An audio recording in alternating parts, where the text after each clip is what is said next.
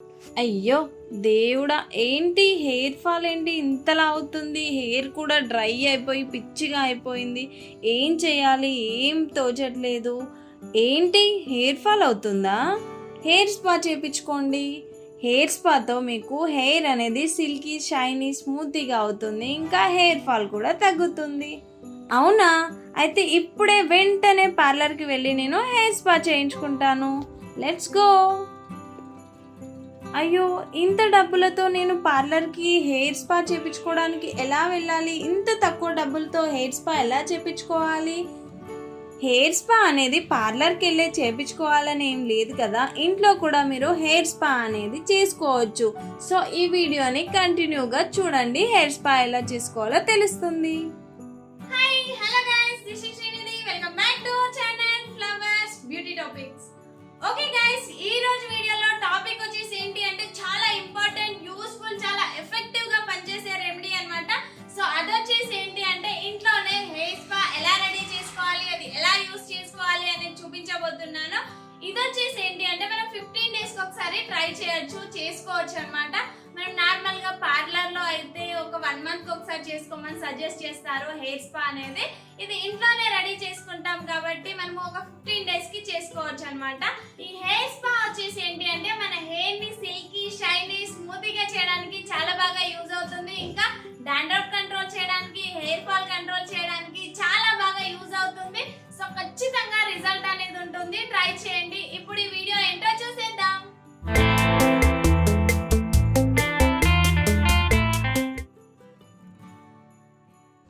Okay friends, step 1 వచ్చేసి ఏంటి అంటే మనం రెగ్యులర్గా యూస్ చేసే ఆయిల్ ఉంటుంది కదండి, సో దాన్ని మనం డబల్ బాయిల్ ప్రాసెస్లో ఇలా హీట్ చేసుకోవాలి.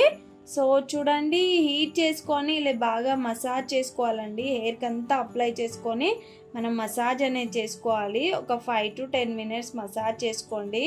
నేను వచ్చేసి ఈ ఆయిల్ ఇంట్లోనే ప్రిపేర్ చేసుకున్నానండి. మీకు కావాలంటే లింక్ ఇస్తాను, చూడండి. చాలా బాగా యూజ్ అవుతుంది హెయిర్ గ్రోత్కి.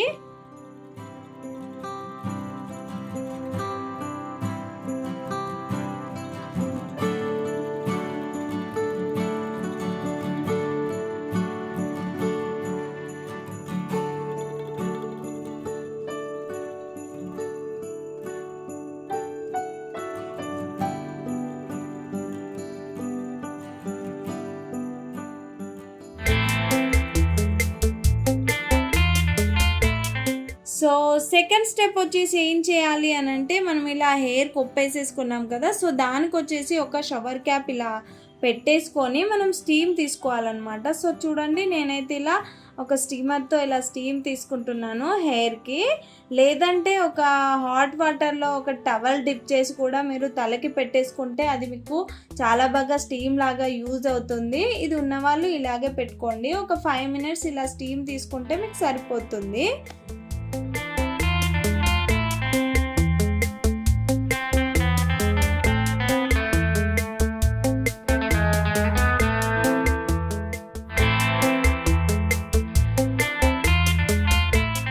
స్టెప్ 3 వచ్చేసి ఏంటి అంటే మనకు హెయిర్ స్పా క్రీమ్ రెడీ చేసుకోవాలండి. సో చూడండి, ఇప్పుడు హెయిర్ స్పా క్రీమ్ ఎలా రెడీ చేసుకోవాలి అంటే ఒక బౌల్ తీసుకోండి, అందులో కొద్దిగా కర్డ్ తీసుకొని అందులో నెక్స్ట్ వచ్చేసి ఏంటి అంటే మనము కోకోనట్ మిల్క్ అండి, కొద్దిగా కోకోనట్ మిల్క్ మీరు రెడీ చేసుకోండి. ఏంటంటే అది మనకు కోకోనట్ ఉంటుంది కదా, దాన్ని మిక్సీ పట్టేసి మనం వడగడితే మనకు కోకోనట్ మిల్క్ అనేది వస్తుంది.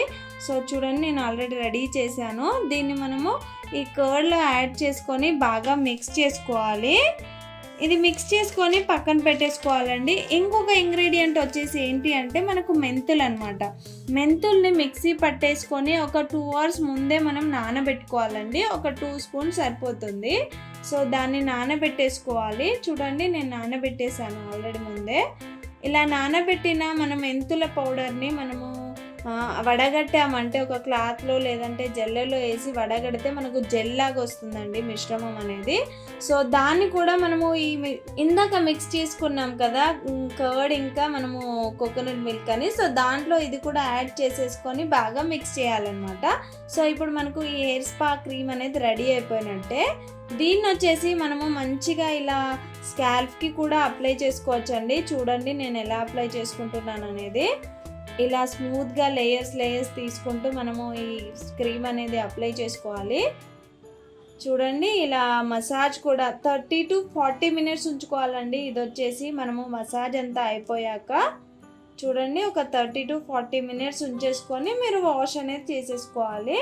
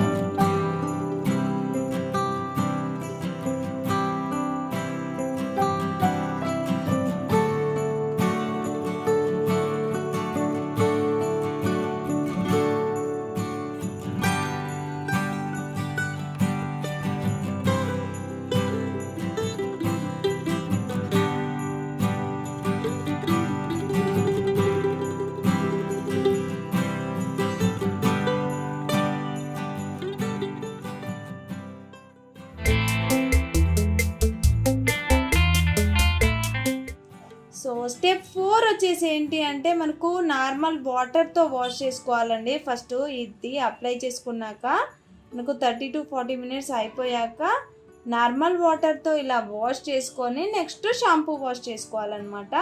ఈ షాంపూ వాష్ అనేది మనము చూడండి నేనైతే ఇంట్లోనే రెడీ చేసుకున్న కోకోనట్ షాంపూనే అండి. ఇది కూడా మీకు కావాలంటే లింక్ ఇస్తాను చూడండి. ఈ షాంపూతో నేను హెయిర్ వాష్ అనేది చేసుకుంటున్నాను. సో చూడండి ఇలా స్మూత్గా చిన్నగా మనం మసాజ్ అనేది చేసుకుంటూ హెయిర్ వాష్ని కంప్లీట్ చేసుకోవాలి. దీనికి వచ్చేసి నేను కండిషనర్ ఏం యూజ్ చేయట్లేదండి. ఏంటంటే ఆల్రెడీ హెయిర్ స్పా అనేది స్మూత్ అయిపోతుంది కదా, సో నేను కండిషనర్ ఏం యూజ్ చేయట్లేదు. చూడండి ఇలా షాంపూ వాష్ అయిపోయాక మనము టవల్తో నీట్గా స్మూత్గా డ్రై చేసుకోవాలి.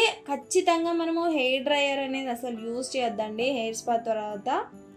మీకు నెససరీ పక్కా మనం బయటికి వెళ్ళాలి ఇప్పుడు ఖచ్చితంగా డ్రై అవ్వాలి అంటే మీరు పెట్టుకోండి, కానీ కూల్ డ్రైయర్ మాత్రమే యూజ్ చేయండి. నార్మల్గా డ్రై చేసుకుంటేనే better. Okay guys, hair spa అనేది కంప్లీట్ అయిపోయింది.